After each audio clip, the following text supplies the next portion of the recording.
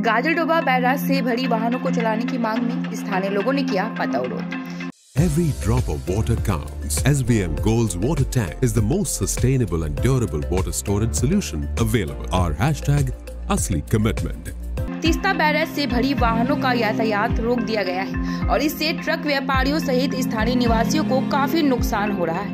गाजरडोबा पुल से भारी वाहनों को शुरू करने की मांग को लेकर आज स्थानीय निवासियों ने पथ अवरोध किया।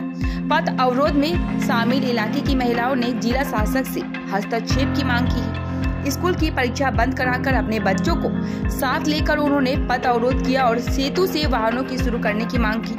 मालूम हो कि काफी समय पहले गाजरडोबा पुल कमजोर होने के कारण हाइट बार लगाकर गाजल पुल पर बलुआ पत्थर की लॉरियों की आवाजाही बंद कर दी गई थी, जहां गाजरडोबा बैराज से सटे उदलाबाड़ी से कई नदी घाटों से रॉयल्टी लेकर बांग्लादेश, सिलीगुड़ी और जलपाईगुड़ी समेत विभिन्न जगहों पर बालू और पत्थर ले जाया जाता है। गाजरडोबा बैराज से आवागमन बंद होने से बलुआ पत्थर की ढुलाई बंद है, जिससे हजारों आम लोग बेरोजगार हो गए हैं। आम कामकाजी लोगों के बिना भोजन के दिन गुजारने पड़ रहे हैं। सोमवार को विभिन्न ट्रक एसोसिएशन व आम कामकाजी लोगों ने सिलीगुड़ी गाजरडोबा राष्ट्रीय राजमार्ग को जाम कर विरोध प्रदर्शन किया। আমার নাম রাজু মণ্ডল। এখন ব্যবসা খুবই খারাপ চলছে। আগে আমরা ধরো 300 কাপ চা বিক্রি করতাম, সংসার চলে যেত, আমাদের কিছু টাকা সঞ্চয় হতো। এখন আমি 100 কাপও চা বিক্রি করতে পারছি না, ওই গাড়ি গুড়ি না চলার দরুন। তো আমাদের খুবই অসুবিধা হচ্ছে। উপরন্তু আমরা অর্থনৈতিক দিক থেকে পিছিয়ে পড়ছি, 1 টাকাও সঞ্চয় হচ্ছে না। এইভাবে যদি চলতে থাকে আমরা আর বাঁচতে পারবো না, আমাদের ভিন রাজ্যে কাজে যেতে হবে। হ্যাঁ, এইভাবে খুবই অসুবিধায় আছে। এখন পুলিশ প্রশাসন যারা আছে তারা যদি আমাদের উপরে একটু ভালো সংকেত দেয় তাহলে আমরা একটু উপকারী হই। গাড়ি ঘোড়া যদি মানে চলাচল শুরু হয়ে যায় তাহলে আমরা একটু বাঁচতে পারবো।